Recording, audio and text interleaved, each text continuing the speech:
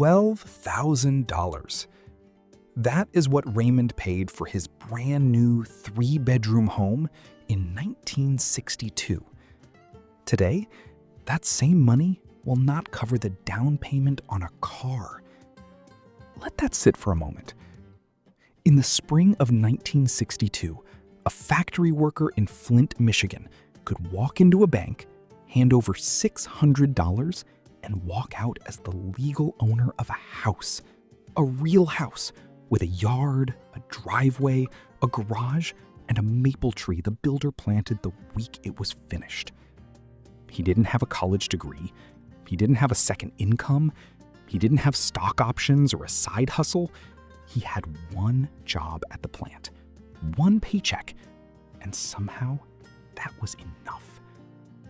Tonight, I am going to show you exactly what changed and why you are not crazy for feeling like the math no longer works. His name was Raymond. In the spring of 1962, Raymond was 31 years old, working the second shift at the Buick plant in Flint, Michigan. He wore a gray work shirt with his name stitched above the pocket. He carried a metal lunch pail his wife packed every morning, a meatloaf sandwich, an apple, a thermos of black coffee. He made $112 a week, before taxes, before union dues, before anything was taken out. That came to about $5,800 a year. And on that single income, Raymond did something that feels almost mythological today. He bought a brand new home. It was a 3-bedroom ranch on Bristol Road. White siding, black shutters, a concrete driveway wide enough for one car, which was all he needed. The lot was a 1/4 acre. There was a maple tree in the front yard that the builder planted the week the house was finished. The total price was $12,100. His down payment was $600, about 5%. The mortgage was $11,500 at 5.25% interest on a 30-year fixed loan. His monthly payment, including taxes and insurance, was $63.40. $63. He paid the mortgage on Monday and forgot about it by Wednesday. That was less than 1 week of his paycheck. He could cover the mortgage and still have 3 weeks of wages left for everything else: groceries, gas, the electric bill, a savings account at the credit union, and a Christmas club account that paid out every November. His wife, Dorothy, did not work outside the home. She didn't have to. Raymond's single paycheck covered the mortgage, the bills, the car, and 3 children, with money left over at the end of every month. By 1974, the house was paid off. Raymond was 43 years old, owned his home free and clear, and still had 22 years of working life ahead of him. That was not unusual. That was Tuesday in America. Now, meet David.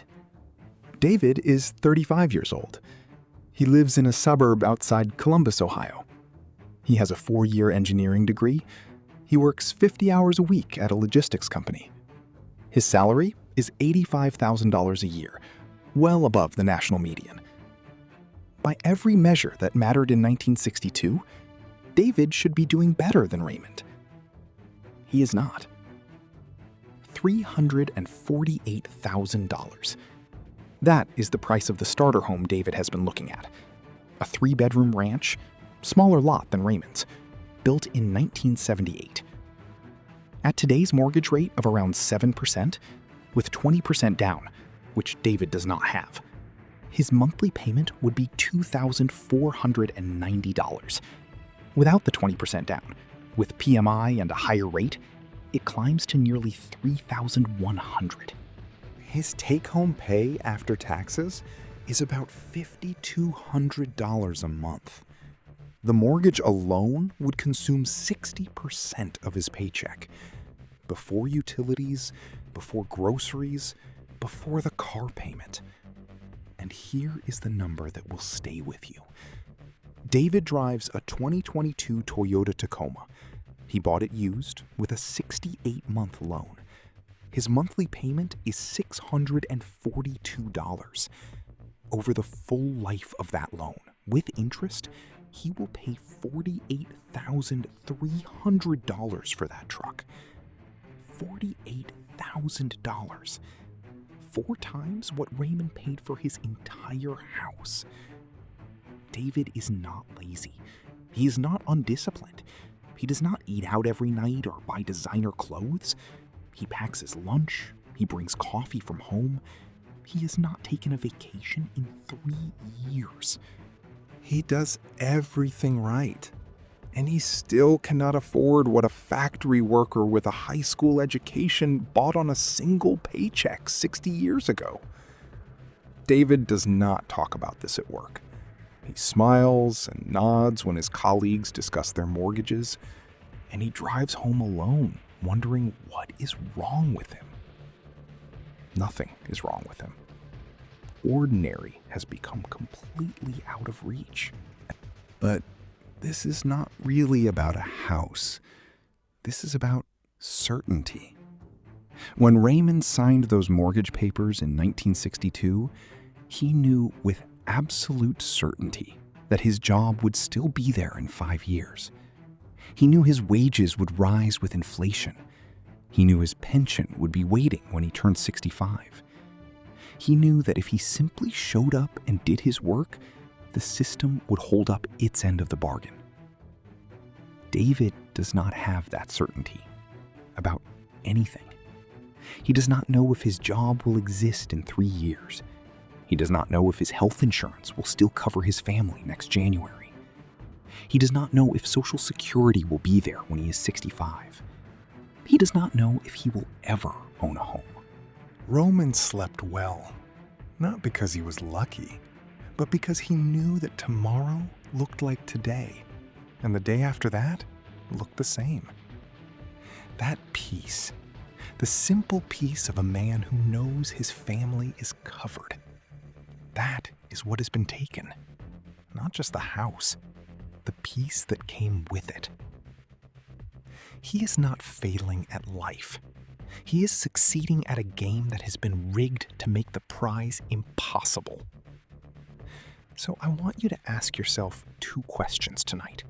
If you are over 55, could your father have bought his home on your salary today?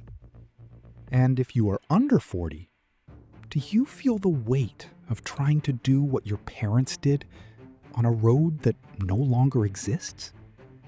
You are not imagining it. You are absolutely right. There are 6 words I need you to hear tonight.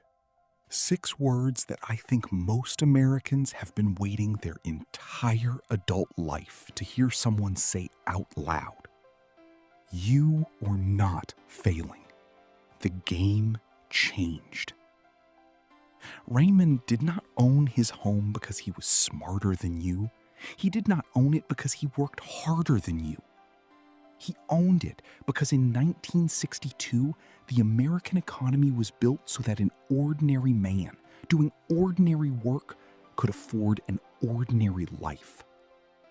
That economy does not exist anymore.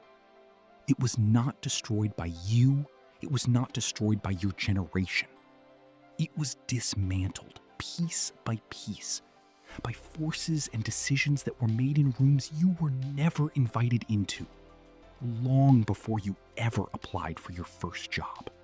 The shame you have been carrying, the quiet feeling that you must have done something wrong, it is not yours.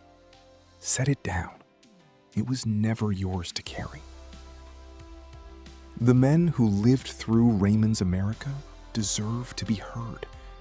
And the men who are living through what came after deserve to know they are not alone. I will keep telling the truth. If this channel gives you the language to name what you have been feeling, I would be honored if you subscribed. I read every comment. I see you. Before you go, I want to ask you one personal question. What did your father or your grandfather pay for his first home? Drop the number in the comments. Tell me the year, tell me the town. Tell me what he did for a living when he signed those papers. I read every single comment on this channel, everyone. And I want to build a record of what was possible in this country before it slipped away. Those numbers deserve to be remembered. And so do the men who earned them. If you know someone who needs to hear the words, "You are not failing tonight," please share this with them.